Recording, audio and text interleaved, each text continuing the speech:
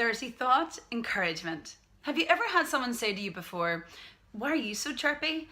Or "What have you got to be so happy about?" When you think about it, those questions are pretty bizarre, aren't they? It's kind of a upside down world we're living in these days when people seem to want to discourage joy and happiness, isn't it? And have you ever noticed that when you do encourage people, a lot of the time their reaction is like, "What do you want? What are you after?" Almost as if there has to be a hidden agenda. And a lot of the time when you do encourage someone, they just don't even know how to receive it. They literally physically go awkward. They just don't know what to do with it.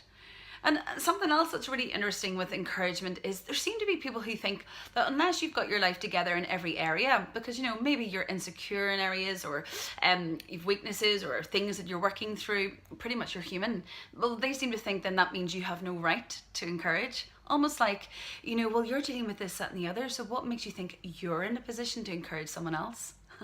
Almost as if to say, unless you're perfect first, or, you need to be granted permission before you're allowed to encourage someone.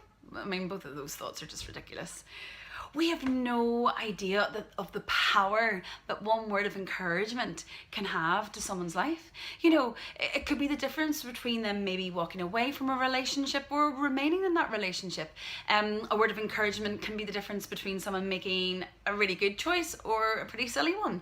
I mean, one word of encouragement could even be that one thing that gives someone the hope that they need to live one more day. How about in the next 7 days you consider encouraging one person, just one, and not in a contrived way because I'm kind of trying to encourage you to, but just because the opportunity presents itself, and regardless of how it is received. Have a go, because in this world that really seems to be doing its best to try and discourage us, why don't we be the difference and bring encouragement?